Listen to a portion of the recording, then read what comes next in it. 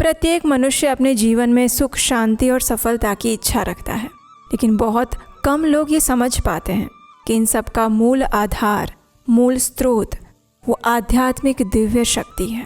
और इसीलिए इस आषाढ़ मास की गुप्त नवरात्रि के समय में इस आत्म शक्ति को, इस आध्यात्मिक दैवी शक्ति को जागृत करने का समय आता है। ये सिर्फ देवी की आराधना का समय नहीं, अपितु अपने अंदर छिपी उस दिव्यता को उजागर करने का भी सुअवसर है। जब देवी दुर्गा का साधक स्वयं को माँ के चरणों में समर्पित करता है, तब उसके जीवन की दिशा बदलने लगती है। और देवी दुर्गा के ऐसे कई उपासक इस समय आषाढ़ मास की गुप्त नवरात्रि में तीव्र साधना और उपासना करते हैं। तो चलिए इस पवित्र समय के अंदर हम श्रवण करते हैं इसी आषाढ़ मास में आने वाली गुप्त नवरात्रि के चौथे दिन की व्रत कथा। आइए आज की कथा आरंभ करते हैं। आज के दिन 10 महाविद्याओं में से एक माँ भुवनेश्वरी की पूजा अर्चना की जाती है और देवी भुवनेश्वरी को माँ दुर्गा के नाम से भी जाना जाता है। तो चलिए आज सबसे पहले सुनते हैं माँ भुवनेश्वरी की पौराणिक कथा और उसके बाद माँ कुष्मांडा की कथा का श्रवण करेंगे। तो आइए आज की गुप्त नवरात्रि व्रत कथा आरंभ करते हैं। गुप्त नवरात्रि के चौथे दिन 10 महाविद्याओं में से एक माँ भुवनेश्वरी की पूजा अर्चना की जाती है। देवी भागवत के अनुसार प्राचीन काल में एक भयंकर असुर हुआ जिसने अपने अत्याचारों से सभी देवी देवताओं को त्रस्त कर रखा था। असुर का आतंक इतना भयंकर था कि सभी देवता असहाय बन चुके थे। उसके अनाचारों से विचलित होकर सभी देवतागण और ब्राह्मणों ने हिमालय पर्वत पर माँ भुवनेश्वरी की तपस्या की, उपासना की। उनकी उपासना से प्रसन्न होकर देवी स्वयं प्रकट हुई। वे अपने साथ बाण, कमल पुष्प, सब्जियां, जड़ें और अन्य प्रावधान लेकर आई थी। माँ भुवनेश्वरी ने अपनी आँखों से हजारों जल धाराएं प्रवाहित की और उससे पृथ्वी के सभी प्राणी संतुष्ट हो गए। इन दिव्य आंसुओं से सभी नदियाँ और समुद्र जल से भर गए। सभी वृक्ष, पौधे, औषधियाँ और वनस्पतियाँ संचित हो गई। तत्पश्चात माँ भुवनेश्वरी ने उस असुर के साथ युद्ध किया और उसे पराजित कर दिया। इस प्रकार देवताओं पर आए हुए संकट का निवारण हुआ। असुर का वध करने के बाद माँ भुवनेश्वरी दुर्गा नाम से भी विख्यात हुई। महानिर्वाण तंत्र में कहा गया है कि सभी महान विद्वान माँ भुवनेश्वरी की सेवा के लिए सदैव तत्पर रहते हैं और 7 करोड़ मंत्र उनकी उपासना में लीन रहते हैं। भुवनेश्वरी का अर्थ है जो समस्त लोकों का पालन करती हैं, समस्त लोकों की अधिष्ठात्री ईश्वरी हैं। वे संपूर्ण ब्रह्मांड पर शासन करती हैं और समस्त सृष्टि का प्रतिनिधित्व करती हैं। उन्हें आदि शक्ति कहा जाता है, जो शक्ति के प्रारंभिक रूपों में से एक है। उनके सगुण रूप में वे माता पार्वती हैं। देवी पुराण के अनुसार मूल प्रकृति ही माँ भुवनेश्वरी के रूप में विद्यमान है। वे मणिद्वीप में निवास करती हैं। उनका वर्ण उदयकालीन सूर्य के समान तेजस्वी है। उनके मस्तक पर अर्धचंद्र विराजमान है। उनके 3 नेत्र और 4 भुजाएं हैं। उनके हाथों में पाश, अंकुश धारण किए हुए हैं। वे अभय मुद्रा और वरद मुद्रा प्रदर्शित करती हैं। अपने दिव्य स्वरूप में वे त्रिपुर सुंदरी के समान ही अत्यंत मनमोहक और सुंदर हैं। कहा जाता है कि उनकी साधना करने से सांसारिक सुख, संतान, धन, ज्ञान, सौभाग्य और निर्भयता प्राप्त होती है। गृहस्थ लोग विशेष रूप से संतान प्राप्ति के लिए माँ भुवनेश्वरी की उपासना करते हैं। माँ भुवनेश्वरी बाईं दिशा यानी पश्चिम दिशा की अधिष्ठात्री देवी हैं। उनकी जयंती भाद्रपद मास के शुक्ल पक्ष की द्वादशी के दिन मनाई जाती है। देवी पुराण, देवी भागवत और महानिर्वाण तंत्र जैसे ग्रंथों में उनकी विस्तृत महिमा का वर्णन पाया जाता है। तो ये थी माँ भुवनेश्वरी की पौराणिक कथा। अगर मैं आपसे कहूँ कि आप अपने बच्चे को सबसे पहला गिफ्ट क्या देना चाहेंगे? एक्सपेंसिव टॉयज़, अच्छा एजुकेशन या फिर एक पीसफुल बिगिनिंग? क्योंकि ये सारी चीज़ें हम पैसों से खरीद सकते हैं, लेकिन उसका भविष्य पैसों से नहीं खरीदा जा सकता। और उसके भविष्य की शुरुआत होती है उसके गर्भ में आने से। यस, बेबी की जर्नी उसके बर्थ से नहीं, उसके गर्भ में आने से पहले शुरू होती है और उसी को कहते हैं गर्भ विज्ञान, जो कि हमारे वैदिक कल्चर का एक अनमोल मोती है। तो इसलिए अगर आप गर्भवती महिला हैं या फिर आने वाले समय में प्रेगनेंसी प्लान करने वाले हैं, तो आपके लिए मैं एक स्पेशल वेबिनार लेकर आ रही हूँ, गर्भ विज्ञान वेबिनार, जिसमें मैं आपके साथ शेयर करूँगी गर्भ विज्ञान के वो रहस्य जो आपको जानने ज़रूरी हैं। नीचे डिस्क्रिप्शन बॉक्स में उसका लिंक दिया गया है, अभी जाकर रजिस्टर करें। And I will see you there in live workshop. लेकिन हाँ, आइएगा तभी जब आप इसके लिए सीरियस हो। सी यू देयर। आइए अब हम नवरात्रि के चौथे दिन माँ कुष्मांडा की कथा का श्रवण करते हैं।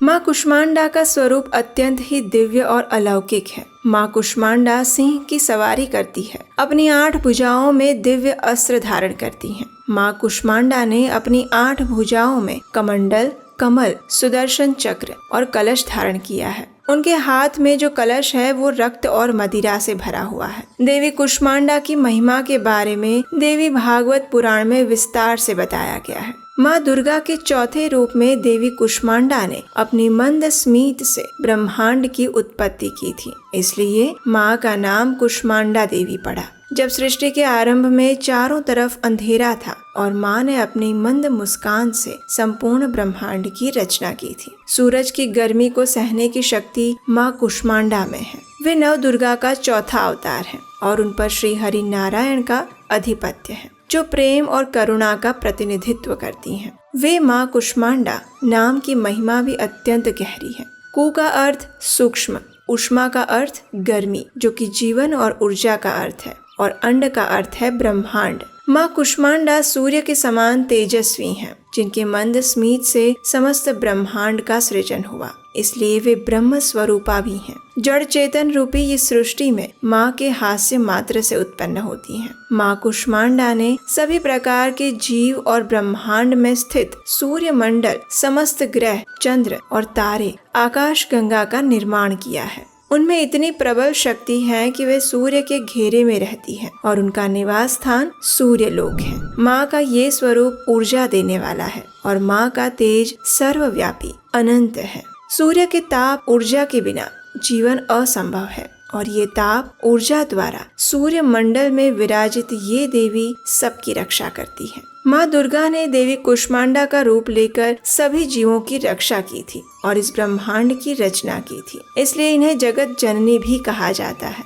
इनकी पूजा आराधना करने से बल और बुद्धि का विकास होता है और जीवन में निर्णय लेने की शक्ति की वृद्धि होती है। तो चलिए माँ दुर्गा के इस स्वरूप की पूजा आराधना कैसे की जाए वो जान लेते हैं। नवरात्रि में इस दिन भी प्रतिदिन की तरह सुबह जल्दी उठकर स्नान इत्यादि से स्वच्छ होकर घर और पूजा स्थान को गंगा जल से शुद्ध करें। फिर कलश की पूजा करके माता कुष्मांडा का स्वरूप मन में अंकित करके उन्हें नमन करें। देवी को पूर्ण निष्ठा से फूल, धूप, दीप, सुगंधित द्रव्य, कुमकुम, अक्षत इत्यादि अर्पित करें। माँ कुष्मांडा को विविध प्रकार के फल, दही, हलवा और मिठाई का भोग अपनी क्षमता अनुसार लगा सकते हैं। उसके बाद माँ की आरती और स्तुति करें। पूजा के बाद प्रसाद वितरित करें। माँ कुष्मांडा को इस निवेदन के साथ जल पुष्प अर्पित करें कि उनके आशीर्वाद से आपका और आपके स्वजनों का स्वास्थ्य अच्छा रहे। माँ से विशेष रूप से आप अपने कृष्ण भक्ति के लिए भी प्रार्थना करें,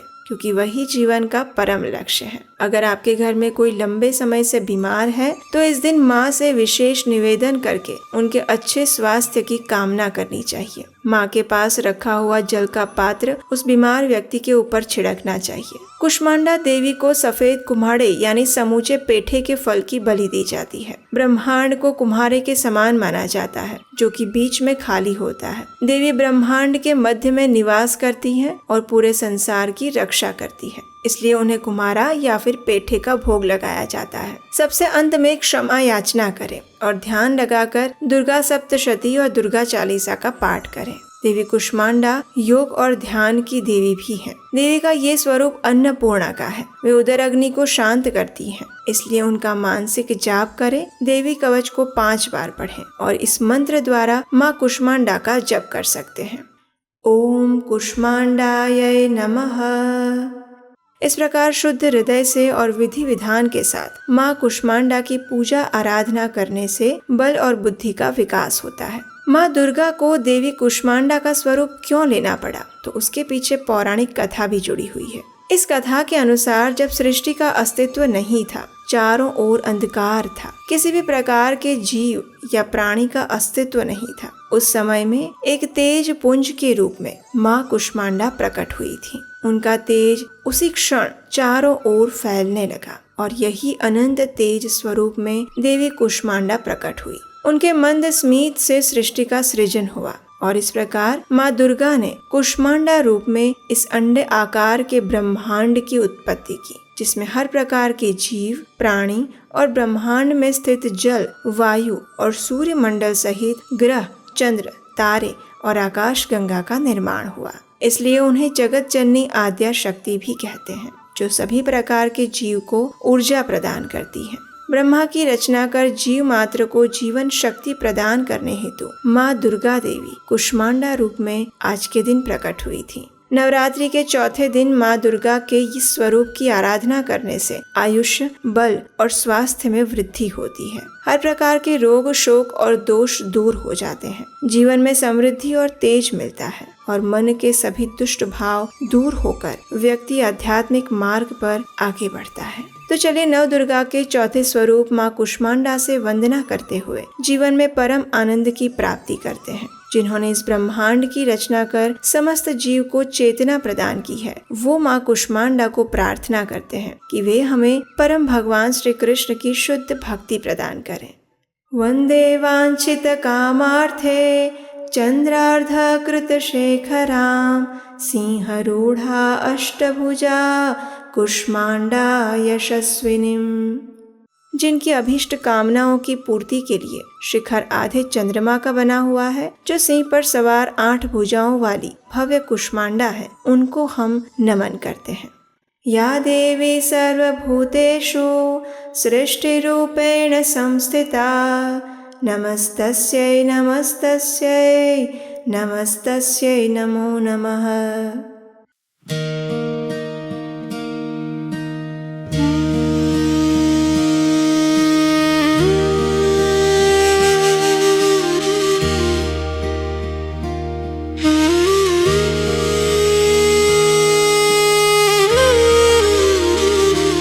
कुष्मांडा जय जग सुखदानी, मुझ पर दया करो महारानी। पिंगला ज्वालामुखी निराली,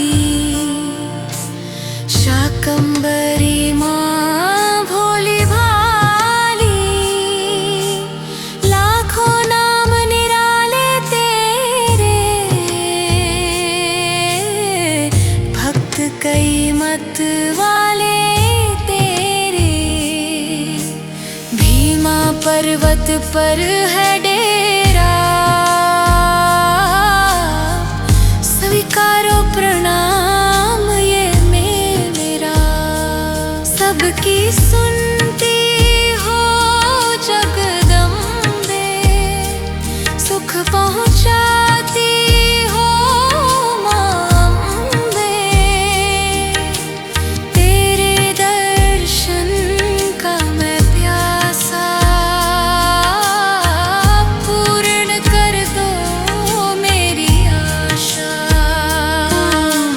माँ के मन में ममता भारी,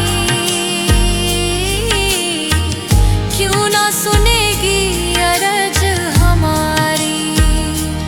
तेरे दर पर किया है डेरा, दूर करो माँ संकट मेरा।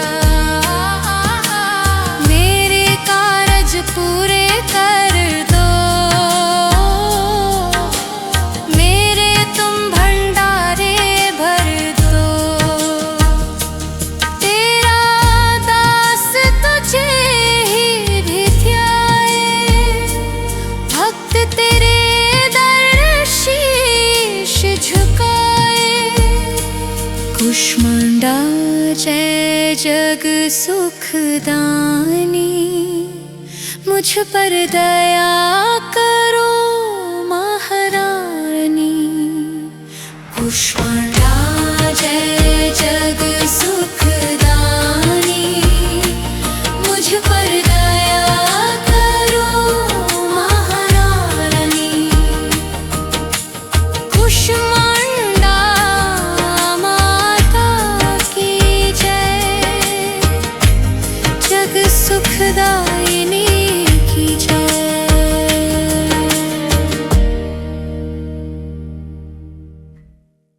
तो ये थी आज नवरात्रि के चौथे दिन माँ कुष्मांडा की व्रत कथा और उनकी व्रत विधि। अगर ये कथा आपको अच्छी लगी है तो इस वीडियो को लाइक कीजिए, अपने मित्रों को शेयर कर दीजिए। और अगर आपको हमारे द्वारा किया जा रहा ये प्रयास अच्छा लग रहा है तो आप हमारे लिए प्रार्थना कीजिए और हमें आशीर्वाद दीजिए कि हम इसी प्रकार वैदिक सनातन धर्म के ज्ञान का प्रचार करते रहें।